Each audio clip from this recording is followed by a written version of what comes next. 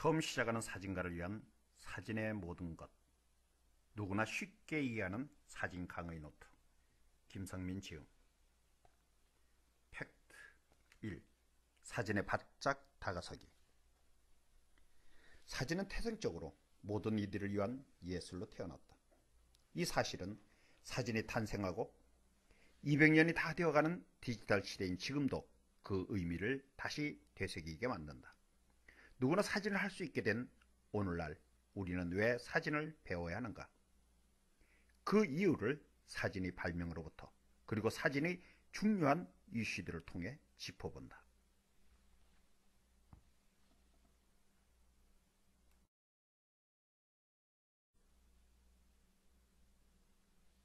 사진은 어떻게 세상에 나오게 되었는가?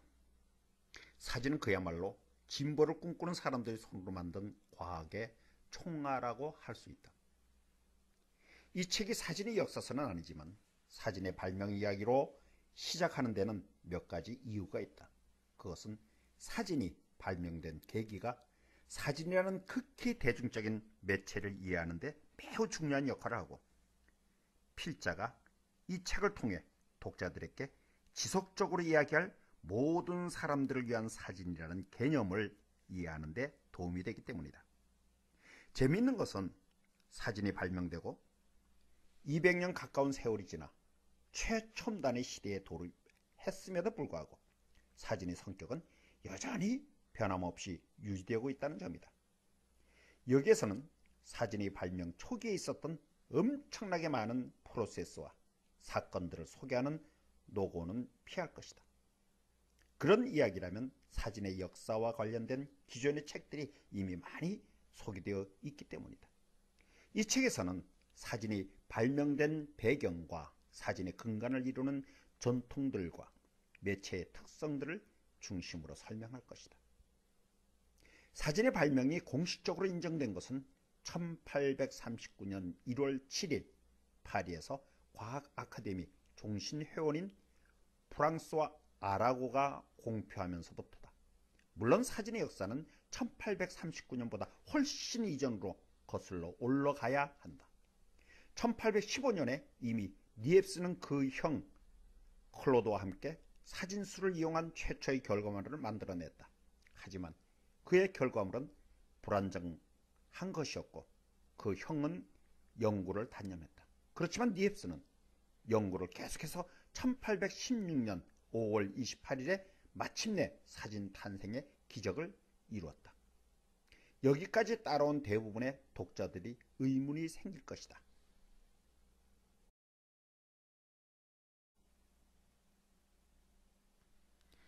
우리가 알고 있는 사진의 최초 발명가는 다게르가 아니었던가 하는 의문 말이다. 그렇다. 분명 니엡스가 사진을 만들었다고 하는데 왜 다게르인가? 사실 니엡스는 순진한 성격의 소유자였다. 그는 다게르와 공동으로 연구를 했는데 오히려 동업자였던 다게르가 자신이 이 위대한 발명품의 유일한 창시자임을 주장하고 나선 것이다. 불행히도 니엡스는 이미 사진술이 공식적으로 탄생하기 6년 전에 세상을 떠났고 다게르만이 발명자로 이름을 남기게 된다. 결국 이런 이유로 일반 대중에게 발표된 최초의 사진 제품은 니엡스 타입이 아닌 다게르 타입이 된 것이다. 모든 이들을 위한 예술인 사진이 발명된 배경이 상당히 불공평했다는 것은 정말 아이러니한 일이다. 니엡스가 발명하고 다게르가 개량하고 아라고가 공표한 사진은 프랑스 정부의 공식적으로 구입했고 그 즉시 인류가 이 위대한 발명품을 사용해도 좋다는 역사적인 결정에 따라 전 세계에 알려졌다. 그렇다면 사진은 왜 이 시기에 발명될 수밖에 없었던 것일까? 대략 몇 가지의 큰 범주를 통해 이야기해 보도록 하겠다. 첫째, 사진이 발명되기 직전의 시대에 사람들은 과거의 규율과 법칙들의 의문을 가지기 시작했고 과거의 발전과 진보를 꿈꾸기 시작했다. 사진은 그야말로 진보를 꿈꾸는 사람들이 손으로 만든 과학의 총알이라고 할 수 있다. 둘째, 혁명으로 인해서 기계가 사람들을 대체하기 시작했다. 이러한 시대적 배경은 사람이 손으로 그린 그림을 기계로 만들어내고자 하는 동기를 부여하기에 충분했다. 이 시대의 사람들은 기계를 일종의 진보의 상징으로 여겼고 결과적으로 기계의 도입으로 사람들은 많은 여가 시간을 갖게 되었다. 여가 시간은 여행과 여행의 기록, 즉 오늘날 같이 여행 사진을 필요로 하게 만들었다. 초기부터 여행 사진은 사진에서 가장 중요한 부분이 되었다. 여행 사진은 누군가 아무도 가보지 못했던 여행지를 갔다 와서 사람들께 보여주고 자랑할 수 있었던 유일한 근거였다. 그야말로 왔노라 보았노라 찍어노라의 시대가 열린 것이다. 셋째, 산업혁명 덕분에 상업적으로 성장한 중산층이 득세하기 시작했다.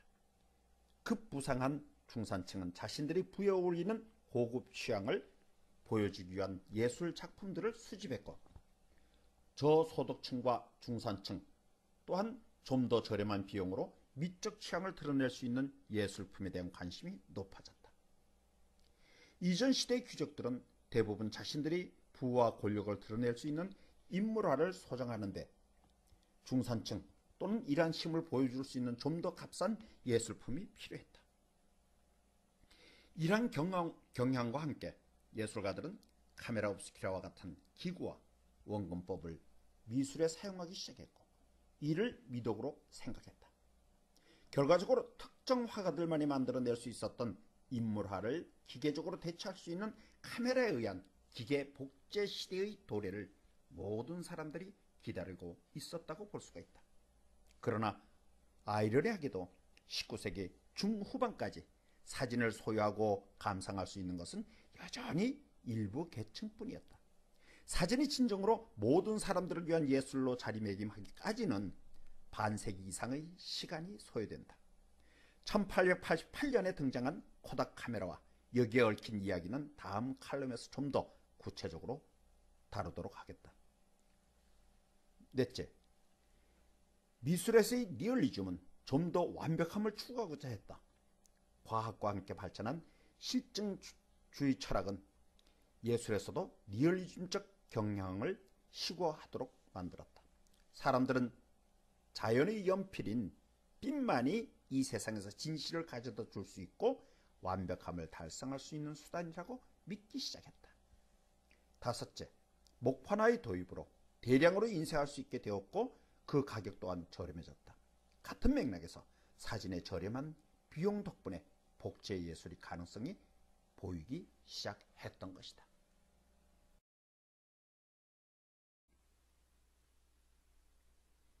사진 발명의 더 중요한 의미. 사진이 모든 이를 위한 예술이라고 해서 모든 이가 최고의 예술가가 되는 건 아니다. 사진을 민주적 예술로 만드는 데 가장 큰 역할을 한 사람은 사진 발명 초기의 많은 발명가들보다는 사진을 좀 더 규격화하고 상품화하는 데 이바지했던 조지 이스트만입니다. 그는 사진 작업을 혁신화했고 사진 산업의 황제가 된 사람이다. 사진에 대한 그의 혁신적 비전은 다름이 아니라 사진 촬영을 더욱 빠르고 쉽고 값싸게 만들었다는 데 있다. 여러 장의 사진을 계속 촬영할 수 있는 롤 필름을 개발하면서부터 그가 내세웠던 모든 이를 위한 사진 사업은 본격적인 궤도에 오르기 시작했다. 그가 1888년에 야심차게 시장에 내놓았던 코닥 1호 카메라는 100장의 사진을 촬영할 수 있도록 미리 장전이 된 상태로 $25에 판매했다. 사진을 촬영하고 다시 코닥에 $10와 함께 카메라를 보내면 사진을 현상해 준다는 당시로서는 파격적인 컨셉을 바탕으로 한 사업이었다. 하지만 당시 $25는 일반인이 감당하기에 상당히 고가였기 때문에 그의 모든 일을 위한 사진에 맞지 않는 실패작이었다. 그러나 그의 끊임없는 노력 덕분에 1900년에는 $1라는 가격으로 코닥 브라우니 카메라를 시장에 내놓았다. 여기서 재미있는 것은 이 카메라 포장 박스 안에 54페이지에 달하는 사용 설명서, 카메라 크롭 멤버십, 그리고 사진 콘테스트 응모권이 포함되어 있었다는 것이다. 버튼만 누르세요. 나머지는 우리가 하겠습니다. 라는 그의 스로건이 진정 빛을 발하는 순간이었다. 조지 이스트만이 꿈꾸던 모든 일을 위한 사진은 현대에 이르러 디지털 사진이 그 문을 열고 있다. 하지만 그럼에도 불구하고 코닥사가 디지털 사진 시장에서 맥을 못 추고 결국 파산하게 된 것은 아이러니하다. 어쨌든 가장 중요한 사실은 사진이 발명되고 코닥 브라우니 카메라가 나오면서부터 시작된 예술의 민주화가 디지털 시대에 비로소 꽃을 피우게 되었다는 것이다.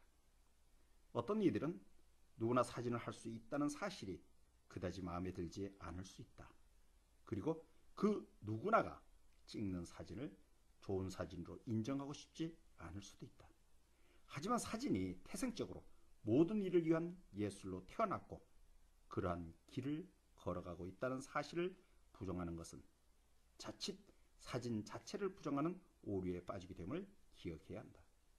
물론 사진이 모든 일을 위한 예술이라고 해서 모든 이가 최고의 예술가가 될 수 있는 것은 아니라는 것도 기억해야 할 것이다.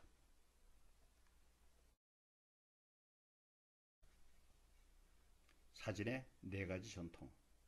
사진의 네 갈래 구분은 절대적인 것이 아니며 상호 교차하고 때로는 모호한 경우도 많다.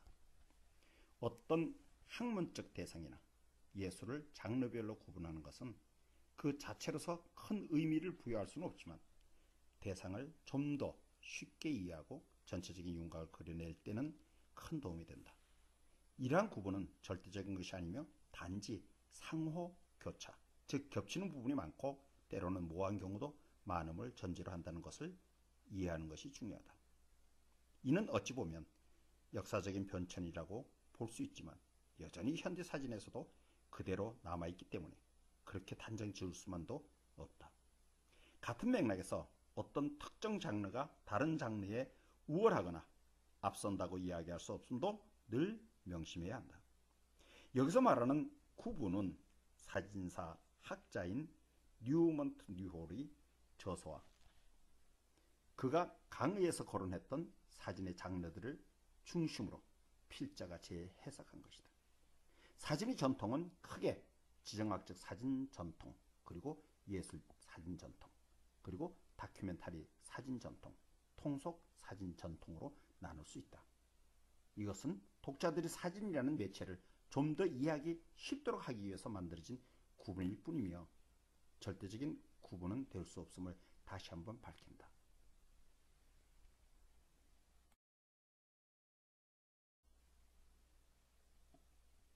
지정학적인 사진 전통. 사진의 첫 번째 전통인 지정학적 사진부터 먼저 이야기해보자. 사진은 태생적으로 카메라 앞에 있는 사물을 있는 그대로 묘사하는 속성이 있다. 즉 사진의 직설적이면서도 사물의 존재성을 증명하고 사물의 특징들을 기록하는 사진적 속성을 의미한다. 그렇다면 이러한 전통에는 어떤 사진들이 속할까? 사진과 실제로 존재하는 사진 속 인물이 정확하게 일치함을 증명하기 위한 목적으로 촬영된 아이디 사진이 여기에 속할 것이다. 역사적으로 보면 19세기로 거슬러 올라간다. 당시 미국은 서부 개척 사업을 위해서 동서간 철도 사업을 시작했다. 정부는 디모시 오설번과 같은 사진가들을 대거 고용해서 철도 사업을 위한 지정학적 조사를 맡을 사진팀을 구성했다. 이 자료들의 원래 목적은 철도가 놓일 혹은 놓이고 있는 지역의 지형을 정확하게 사진으로 보여주는 것이었다. 현재 이 자료들은 사진이 중요한 역사적 사료들로 남아있다. 앤셀 아담스 같은 모더니즘 사진가들은 지정학적 사진이 단순한 기록이 아닌 그 이상의 가치가 있다고 판단하고 동일한 장소에서 동일한 앵글로 재촬영을 하는 등 재해석 작업을 했다. 로버트 아담스와 같은 현대 작가들은 지정학적 사진의 모티브를 본받아 개발과 관련된 사진들을 촬영해 발표하기 시작했고 이렇게 해서 지정학적 사진인 토포그래피와 구분해서 뉴 토포그래피 사진이 탄생하게 된다. 하루아침에 하늘에서 갑자기 뚝 떨어진 새로움은 결코 존재할 수가 없음을 뉴 토포그래픽 사진이 잘 보여준다. 지정학적인 사진이 현대 사진에서 뉴 토포그래피 사진뿐만 아니라 뉴 컬러 사진에 미친 영향도 지대하다. 사진의 가장 원초적인 지정학적 사진의 전통에서 가장 현대적인 사진들이 출발할 수 있었다는 점은 시사하는 바가 크다.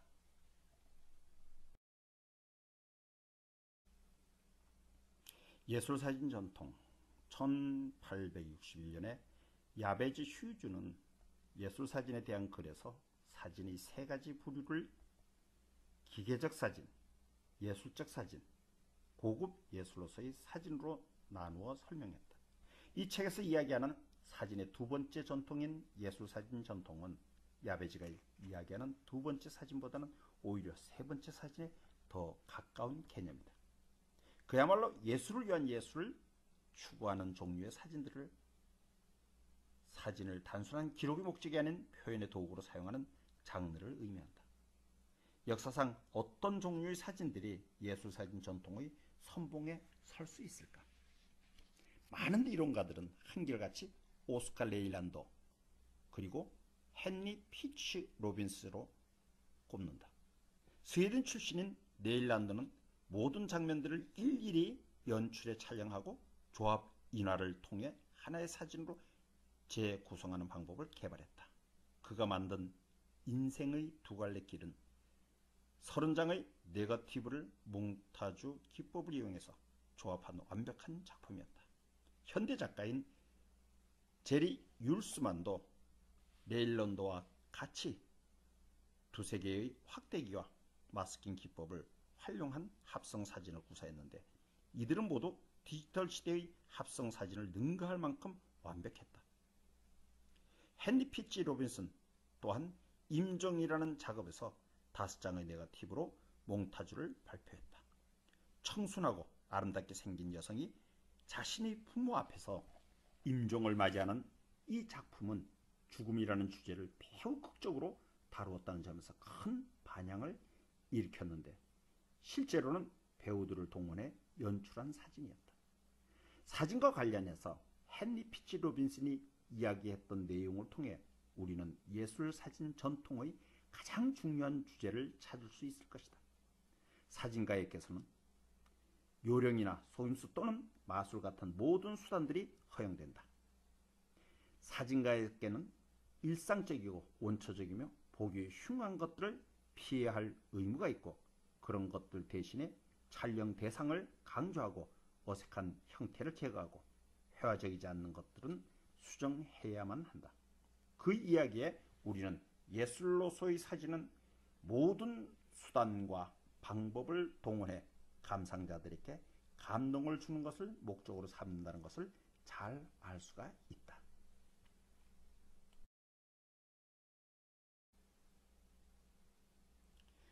다큐멘터리 사진 전통.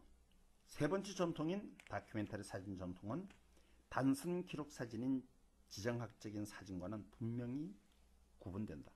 지정학적 사진처럼 카메라 앞에 있는 피사체를 그대로 보여주는 것 이상의 의미가 있는데 다큐멘터리 사진을 단순한 기록 사진과 구분할 수 있는 가장 중요한 포인트는 관점이 있느냐다. 즉 어떤 특정한 의도로 자신 혹은 어떤 집단의 관점이나 이데올로기를 드러내는 사진들을 말한다. 따라서 다큐멘터리 사진 전통에서 가장 중요한 것은 바로 설득이다. 이러한 면에서 다큐멘터리 사진에는 포토 저널리즘, 에디토리얼 사진 등이 포함된다. 물론 다큐멘터리 사진 전통을 이처럼 단순하게만 바라볼 수는 없다. 영화 감독인 존 그리어슨은 다큐멘터리를 일상에서 극적인 상황을 돌출해내고자 하는 욕망이며 시민의 눈을 지구 끝에서 자신의 이야기 속으로 불러들이고자 하는 욕망으로 정의해야 한다. 또한 단조로운 표현을 가진 정보위주의 사진과도 대별되는데 그 이유는 다큐멘터리 사진에서 가장 중요한 것은 도로시아 랭이나 또는 유진 아체와 같은 사진가들처럼 주제의 존재에 대한 결정적인 강조와 시각적인 극화와 같은 요소들이기 때문이다. 관점이 있는 사진 현장과 관련해 우리가 주의 깊게 생각해야 할 것이 있다. 그것은 사회적 현상을 보고 이해하고 해석해 독자들에게 제공하는 간접 경험의 실체적 의미를 부여하기 위해서는 반드시 통찰력이 필요하다는 사실이다.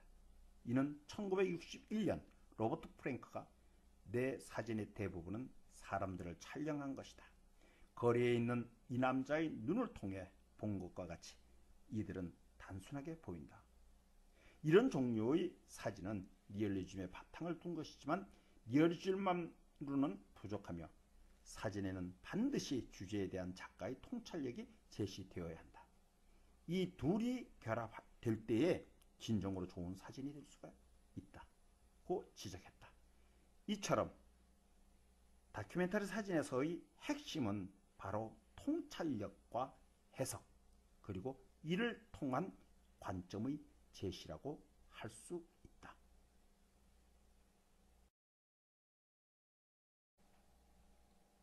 통속 사진 전통. 통속이란 영어로 브로나기오이다.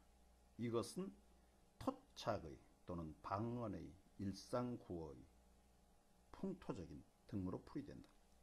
즉 교양이 있는 교육을 받은 뜻이라기보다는 거리에서 사용하는 막말에 가까운 뜻이라고 할 수 있다. 결국 통속 사진 전통이란 프로페셔널한 사진과는 대별되는 아마추어의 스냅샷 사진을 뜻한다.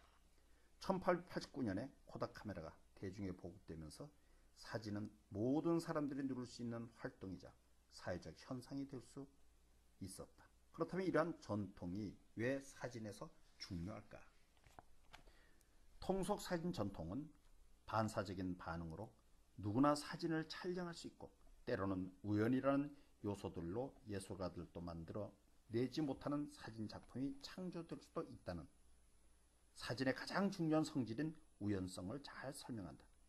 사진이 대중적으로 보급되기 전까지는 이러한 예술의 우연적 속성은 회화나 조각과 같은 다른 예술 장르에서는 절대 볼 수 없었다. 하지만 사진이 등장 후 이러한 예술 장르들에서도 사진의 우연적 속성을 활용해서 피사체를 아주 조그맣게 보이게 만들거나 흐릿하게 처리하거나 테두리로 피사체를 잘라버리거나 가깝게 클로즈업해 희미하게 만드는 방법 등을 활용하게 된다. 사진은 촬영하는 사람의 경험을 정말 빠르고 쉽게 기록할 수 있으며 때로는 실수로 놀라운 결과를 만들어낼 수도 있다. 이러한 점은 많은 예술 가운데 사진만의 독보적인 특징이다. 이런 우연성은 카메라로 사진을 촬영해 본 사람이라면 대부분 경험해 봤을 것이다. 촬영할 때는 정말 좋은 장면이 될 것이라고 생각하고 촬영해도 좋은 결과를 얻지 못하다가 우연히 셔터가 눌려지거나 기대하지 않았던 장면에서 좋은 사진을 촬영해 본 적이 누구나 한 번쯤은 있을 것이다. 그렇다면 우연성이 사진에서 의미하는 것은 이것이 전부인가? 사진은 촬영했을 때의 의도도 중요하지만 촬영된 사진의 의미를 발견하고 그 의미를 부여할 수 있는 사후 해석의 능력도 매우 중요하다.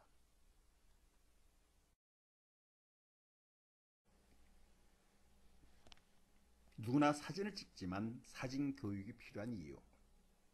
어떤 사진을 찍고 사진으로 무엇을 할 것인지에 대한 문제는 카메라 시스템 이상 의미가 있다. 통속 사진 전통을 이해하면서 우리는 사진 교육이 필요한 이유를 어느 정도 알게 되었다. 누구나 사진을 찍을 수 있지만 사진가가 되기 위해서는 더 많은 수고와 노력이 필요하다. 사진을 촬영한다는 것은 너무도 쉬운 일인데 왜 구태여 사진학교나 대학원까지 들어가면서 사진을 배워야 하는 것일까? 성능이 좋은 카메라와 카메라 셔터를 누를 수 있는 검지손가락만 있으면 모든 것이 해결되는 이 시대에 사진을 배운다는 것은 왠지 낡고 구태의연하고 비생산적인 것처럼 보일 것이다. 촛불 시위를 생중계하고 실시간으로 사진을 올렸던 사람들은 프로 사진가가 아닌 열성적인 네티즌들이었다. 그런데 왜? 사진을 찍는 것이 그 어느 때보다도 쉬워졌고 누구나 사진을 찍을 수 있는 기회가 많아졌지만 단순히 사진을 찍는 사람과 사진을 활용할 줄 아는 진지한 사진가의 간극은 그 어느 때보다도 커지고 있다. 프레이밍, 구성, 타이밍, 적절한 포맷 등에서부터 어떤 사진을 촬영해야 하는지와 관련된 미학적 문제들이 있다. 그리고 자신의 사진을 어느 곳에 판매해야 하는지 혹은 어느 곳에 출판, 전시해야 하는지와 관련된 문제는 단순히 사진을 찍는 문제와는 전혀 다른 차원이다. 필자가 미국에 있는 사진학교를 처음 들어갔을 때 가장 당황했던 것이 어느 선생님이나 항상 이 사진을 어디에 팔 수 있다고 생각하는가 혹은 어디에 출판할 것인가 를 물어볼 때였다. 좋은 사진을 촬영하는 것은 그 이상으로 직업적인 활동으로 이어가는 것이 중요하다는 뜻이었다. 지금은 너무도 당연하게 생각하는 일이 그때는 왜 그렇게도 생소했는지 모르겠다.